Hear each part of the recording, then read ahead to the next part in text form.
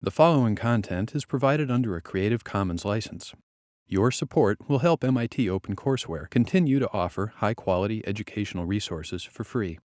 To make a donation or view additional materials from hundreds of MIT courses, visit MIT OpenCourseware at ocw.mit.edu. Okay, so today we're going to analyze two random algorithms we've seen in the last lecture, randomized median and randomized quicksort. But before I go into that, so I'd like to make a correction in problem set 2. I think you all get feedback from that. So it's the second problem where you're asked to combine B trees.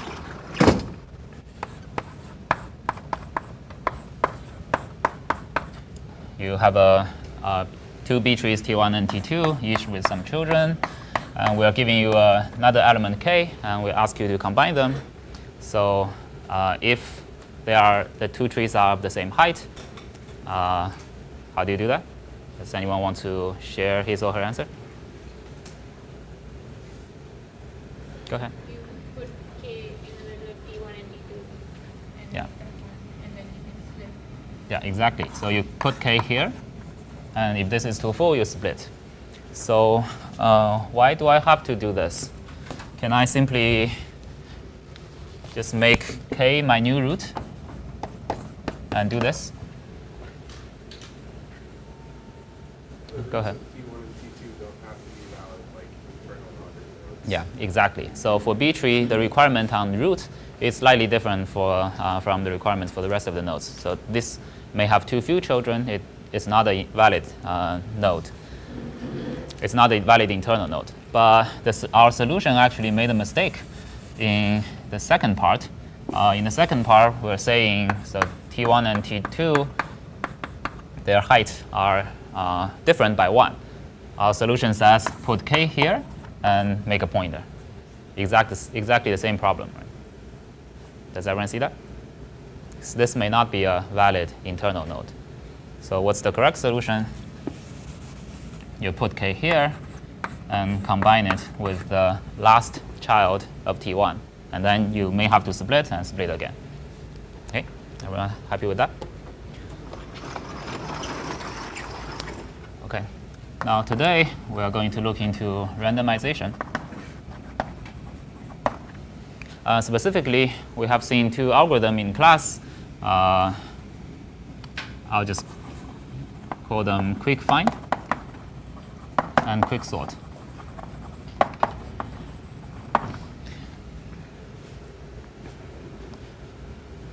So QuickFind is a slightly generalized version of median finding. In the very first lecture and recitation, we have seen a non-randomized version of Quicksort. So we divide them into groups of 5.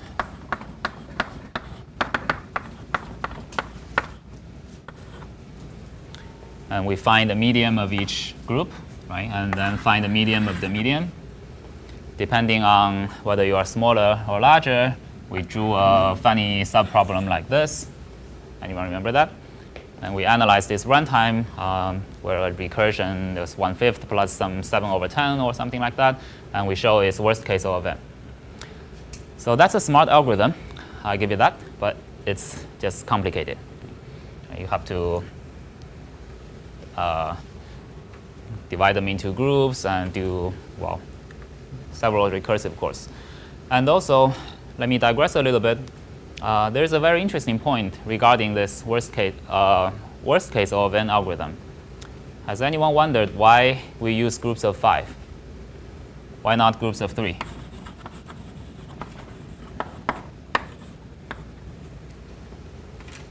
Algorithm should work in the same way, right?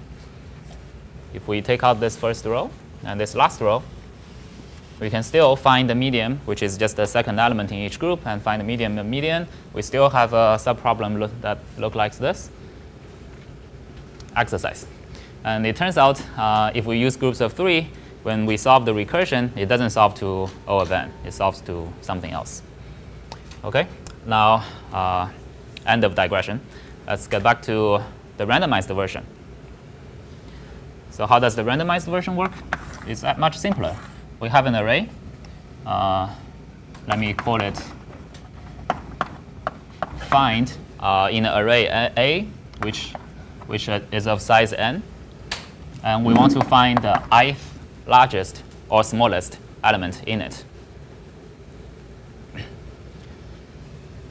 So what we're going to do is that we'll pick a random element x in this array.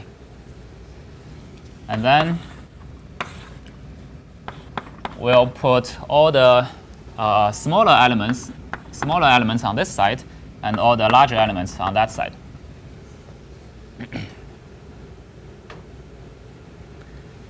Now, because I'm picking the random one, so this x can be anywhere. If it is the kth smallest element from the left, then what do I do next?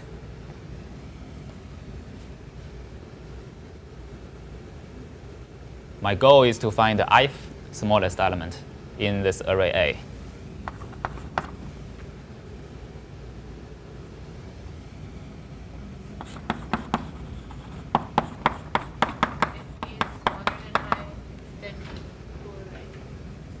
Okay, if I is less than k, then my element is on this side, right? So I should find, okay, let me define this to be the left array, this to be the right array. I should find in the left array, what is its size? It's k minus 1. Make sense? This is k minus 1, and that is n minus k, plus 1 element in the middle. And so what's the last argument in that function call? It's I. Okay. So on the other hand, if I is greater than k, then I should go to my right half. Its problem size is n minus k. So what's the last argument?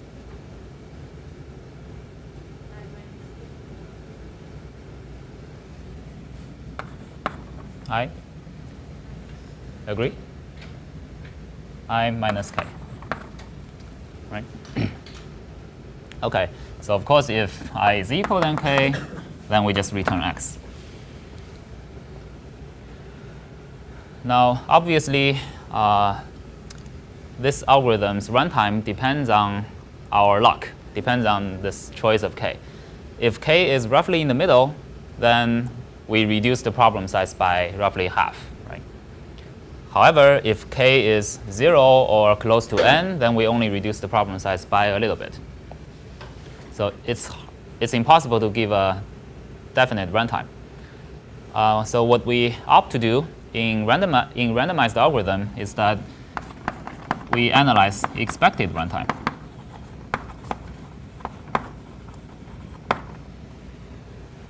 What does that mean?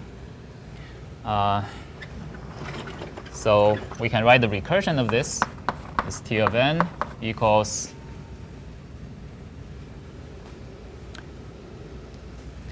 I have two subproblems. One of them is T of k minus 1. The other is T of n minus k. So which one should I put into the recursion?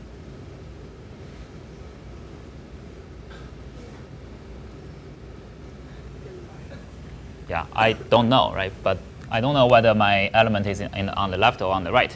So I'll be conservative and take a max of these two.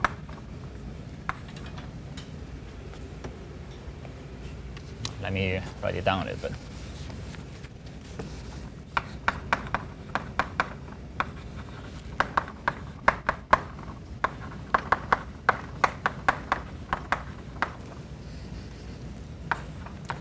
And I have some amount of work to do before I go to my subproblem. What's the complexity of that work? Go ahead. It's O of n. Yeah, or theta n. Why is that? Because we have to create the array. Yes, because we have to scan the array once to put the smaller elements on one side and the larger elements on the other side. Now, this recurrence is impossible to solve because I don't know what k is. So instead, we'll just calculate its expectation.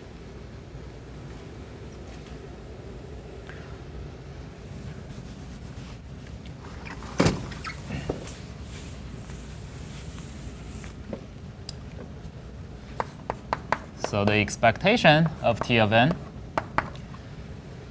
is taking average over all the randomness, which means the choice of k.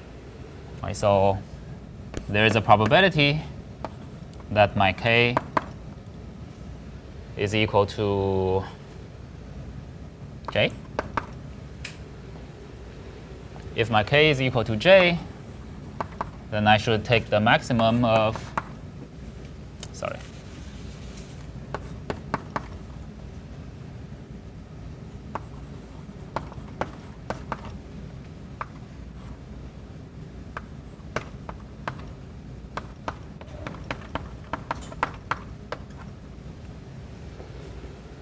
Right. If my k is equal to j, then I should take the expectation of the maximum between those two.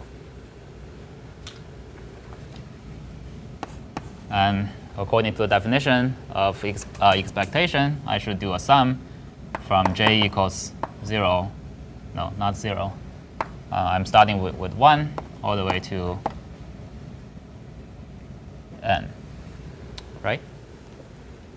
Any questions so far?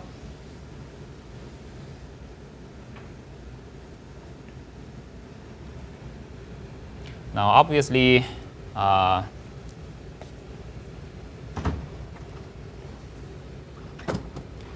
depending on my choice of j, sometimes this one is larger, sometimes that one is larger. Right, I'll just write it a little verbosely. So if my j is 1, then I should take the right one. Plus, if j is 2, then I should take n minus 2, so on and so forth, right? I think everyone gets this, right? So I'll just directly jump to the next step.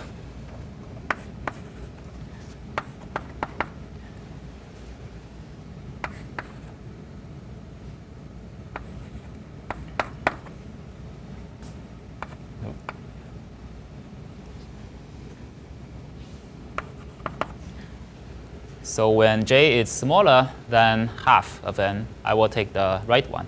If j is larger than half of n, I will take the left one. And they happen to be symmetric. They happen to be symmetric. And what I have here is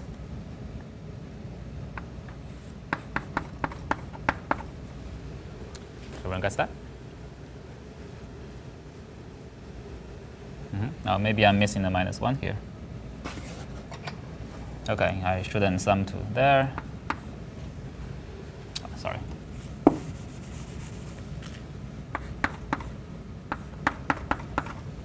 Right? I have n minus 1, n minus 2, n minus 3, all the way to half of n. But from there, I no longer go down. Right? I go backwards, half of n plus 1 plus 2 plus 3, all the way back to n minus 1. Any questions so far?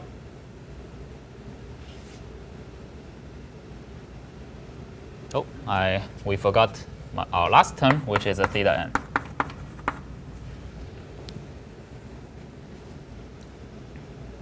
Now, how do we solve this?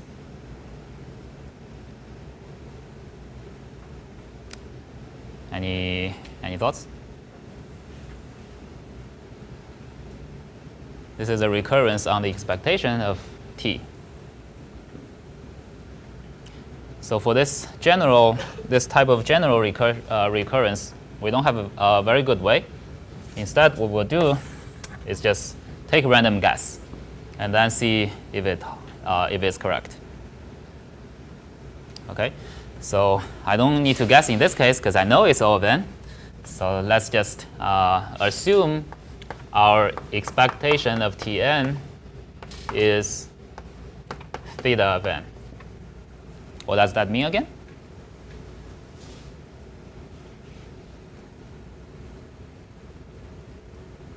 It means I can find some constant such that this expectation is bounded by a constant times n. So far, so good? Now we can use induction. Assume that this holds for everything up to n minus 1. And we're going to show this also holds for n. Then we're done, right?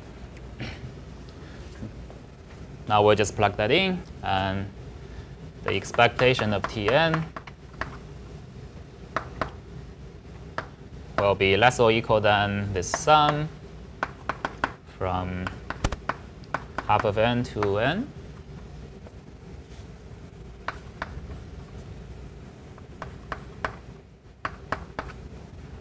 Right? Yeah, I just plugged that in. Of course, plus a theta n term. Now, what's the sum of this guy? Any guesses? N squared, n cubed, or n? Okay, it's probably a little messy. More cleanly, I can put this b out. And it's just the sigma of j. Right? If I change my sum, decrease the range of sum by 1. What is the sigma sum of j?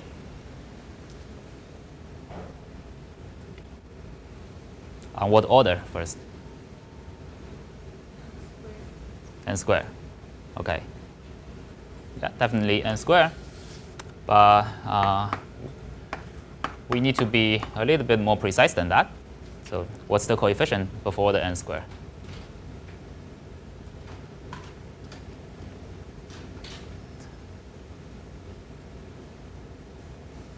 So I claim its coefficient is 3/8.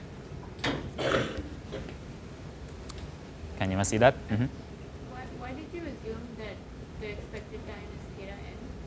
Oh, that's just a guess. If it's wrong, we'll have to assume something else, which we will see in the next example.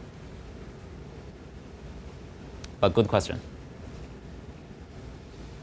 OK, yeah, let me ask the question again. I claim this sum is roughly 3/8 n squared. Can anyone see that?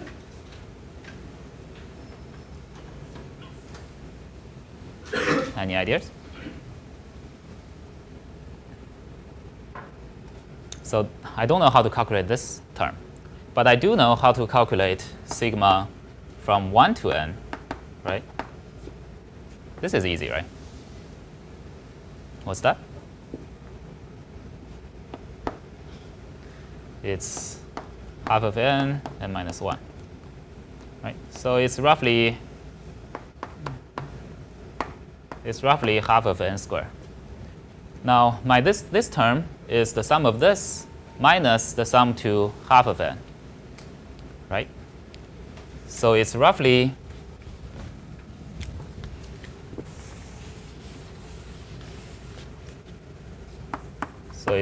half of n squared minus 1/2 of 1/2 n squared. Make sense? So this is roughly 3/8 n squared plus an order n term, or less, or constant. Any questions? Does that make sense? Yeah. Then it's very easy if we just plug this in. OK. Sorry, there is a mistake. I just realized. Can anyone point that out?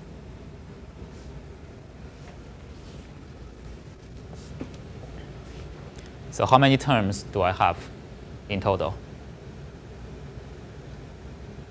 1 from n. I have n term, right? So each term should appear twice. Correct? Yeah, so I should have a 2 here. And so I somehow just throw away this probability, but this probability is 1 over n, right? Because I'm choosing a random element, there is 1 over n probability that is equal to 1, equal to 2, 3, 4. Every of those, so every of this is 1 over n.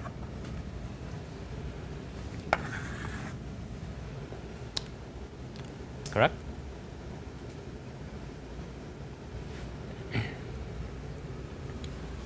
So I should have a 2 over n here, a 2 over n here.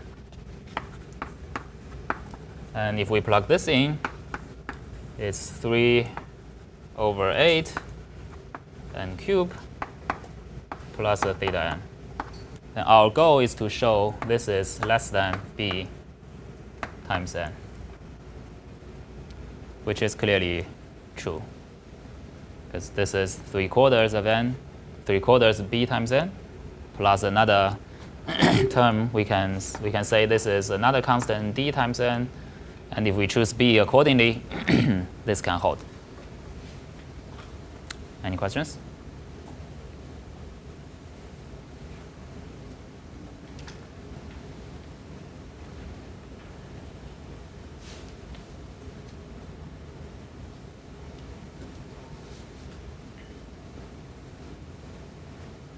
You look confused or too easy? Okay, I guess it's the latter. Oh, is it not?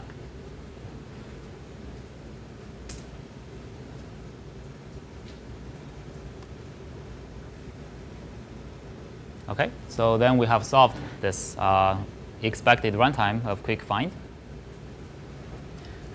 Now let's look at QuickSort. QuickSort is very similar. The only difference is that once I put all the smaller elements on one side and the larger elements on the other side, instead of going into one of them, I have to sort both. So the only change is that instead of taking the max here, I need to add them. Correct? So now, same thing here. Instead of taking the max, I should add them up. Now when it propagates here, so every term appears twice, all the way from n equals 1 to j equals 1 to j equals n. Is everyone following?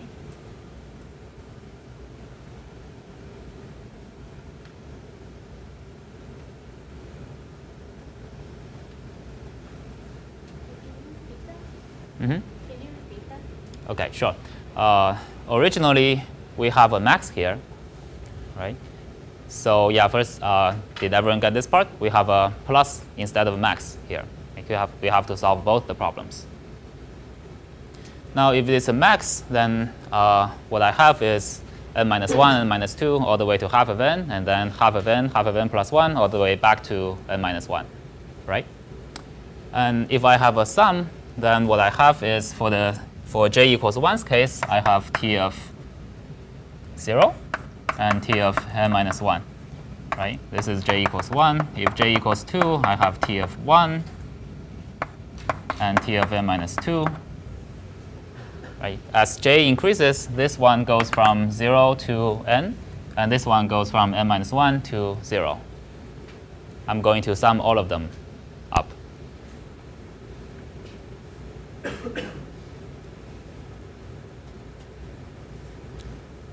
Does that answer your question? OK. So instead of from half of n to n, we are summing from 1 to n. Now, we also have another good question here. Why do I guess it's theta n? Well, it's just a random guess. It could be wrong. For example, in this case, it's just incorrect. Why? Because every sum becomes, the range becomes 1 to n. Now what I have is no longer 3 over 8 of n. What do I have again? What do I have now if it's 1 over n?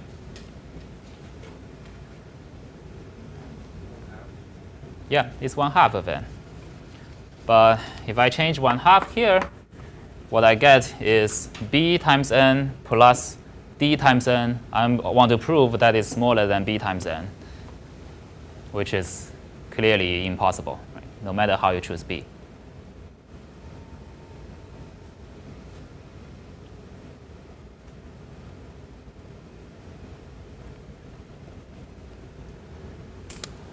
Did everyone get that? If we make the same assumption, make the hypothesis, and we plug them in, we can no longer prove the induction step.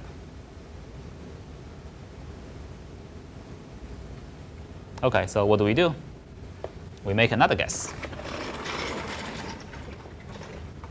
So let me rewrite our recursion.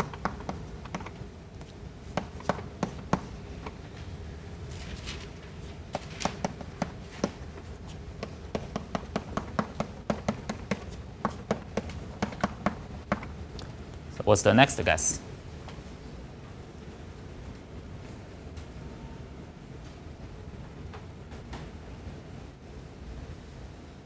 Any guesses? Now let's just guess. How about we just guess n squared?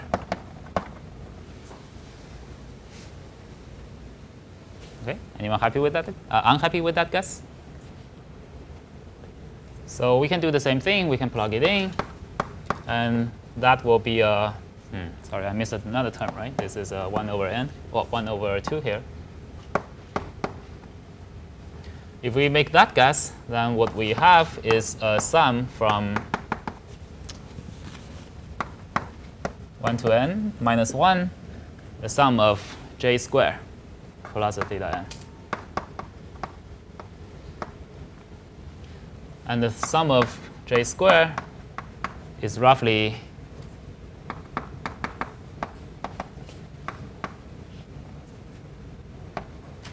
n cubed divided by 3. Is that obvious to everyone? Maybe not. OK. Can anyone explain this to us? Why can I claim the sum of square term is n cubed over 3?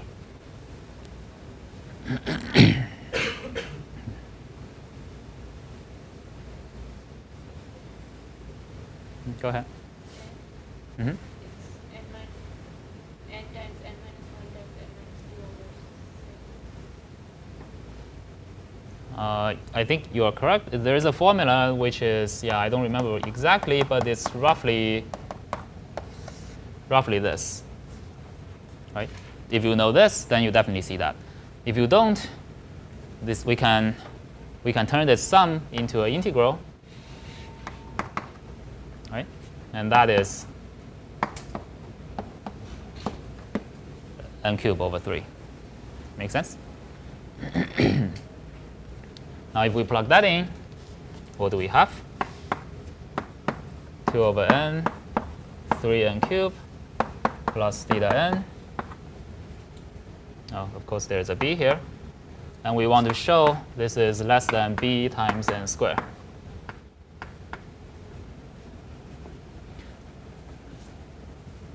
Does it hold? Is it true?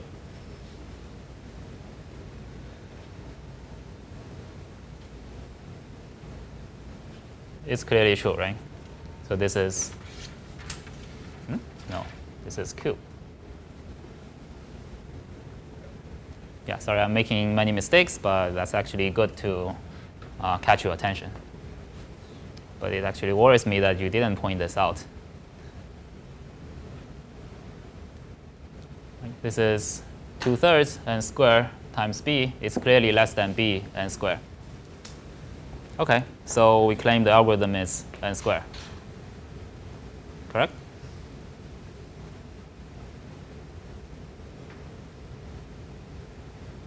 Go ahead. Does that mean that you can claim that it's less than n squared? Does that mean that it's n squared, definitely. Exactly. So what I proved here is that the algorithm is definitely order n squared, but maybe less, right? And you can see we still have a lot of room here.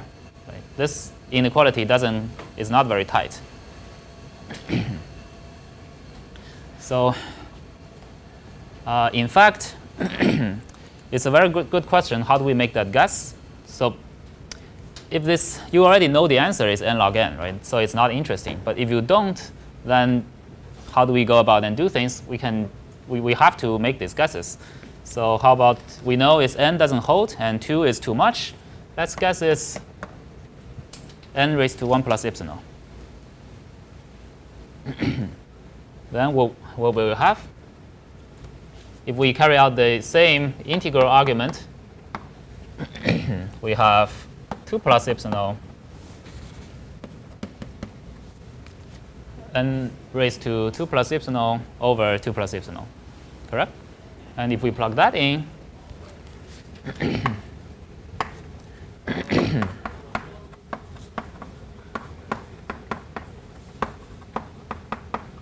we get this. And we want to show it's less than n raised to 1 plus epsilon. Does this hold?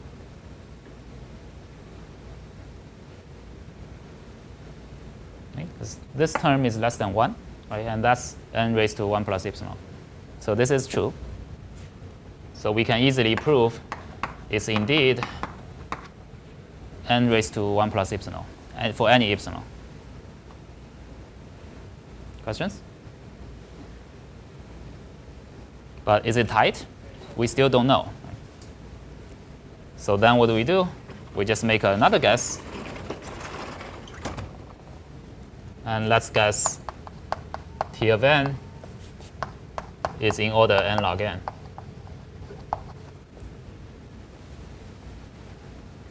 Okay, you may run into two cases. You can either prove it or not. If this doesn't hold, you just go to log n squared, and gradually you will find the answer. Well, if you don't know the answer, probably this is how you do things. Now, if we guess it's n log n,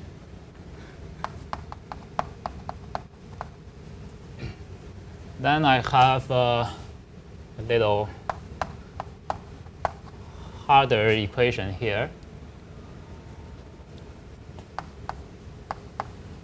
Because it's now j log j.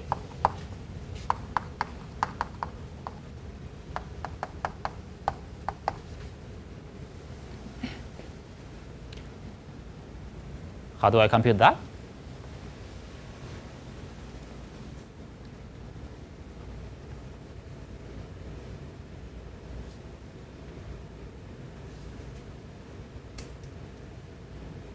Yeah, it's not the sum of natural number or nums or squares of numbers.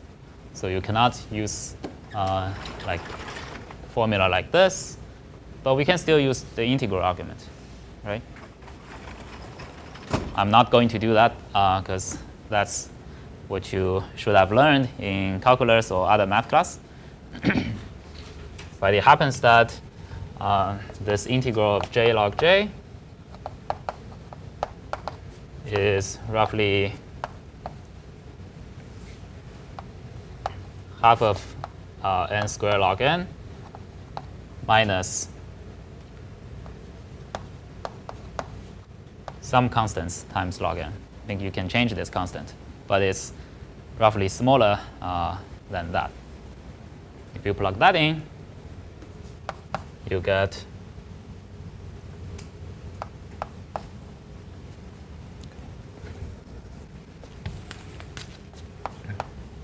n over 2, 1/2 times b. Sorry.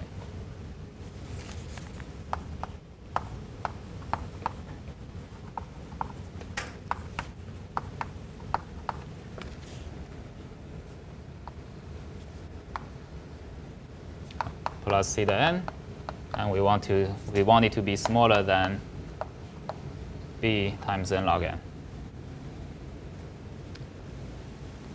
which will be true.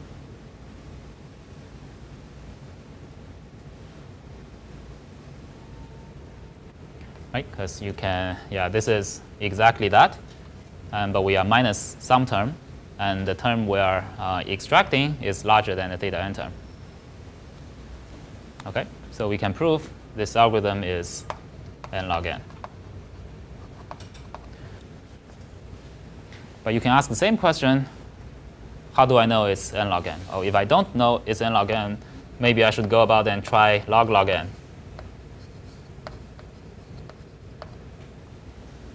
So you're welcome to try. And it's actually a very good thought, because yeah, I think it's very uninteresting if you already know the answer. If you don't know, you have to try that. But when do you stop? At a reasonable point, you can also prove the other way, that its runtime is larger than something. Here, if we prove this big O of n log n, if you can show the other way that it's omega n log n, then you know you have arrived at the final answer.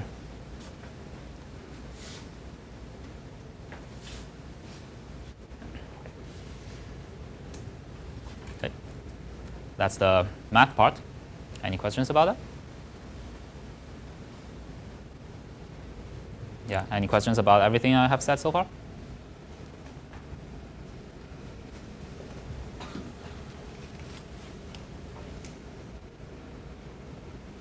Okay, if not, so lastly, just have a few comments on several terminology. Now, this recitation, we focused on expected runtime. And you have already seen amortized runtime.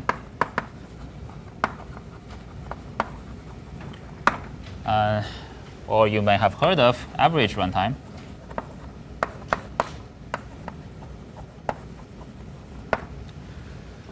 So to be honest, expected and amortized are just two fancier ways of saying average. But in algorithm analysis, we do mean slightly different things with these terms. So the difference is that we are averaging over different things. So if we say average runtime, we usually mean taking the average over input. Right? We can imagine a quicksort or QuickFind algorithm that doesn't use randomness, where you always select your first element as your pivot. That's a reasonable algorithm. If your input is random, then you can carry out the same argument and show that its complexity is of n or of n log n. But if your input is pre-sorted or reverse sorted, in some special cases, you cannot do that. So average runtime is usually a very weak argument, because you have to make assumptions about your input. And expected runtime is definitely better, because we are taking average over the randomness we introduced. They are independent of the input. So we are not making any assumptions on the input. So of course, this comes at a price, because randomness doesn't come for free. So in fact, it's very hard to generate high quantity random numbers. And maybe at the end of the class, you will see that in crypto, a lot of works are just devoted to generate high quantity random numbers. If you can do that efficiently, you actually solve a lot of problems. So amortized runtime are slightly, again, different from these two, because they are taking average over the number of operations. Right? You're doing many operations in a row, and some of them takes longer, some of them take shorter, and you take average on those. Okay, that's today's recitation. Any questions?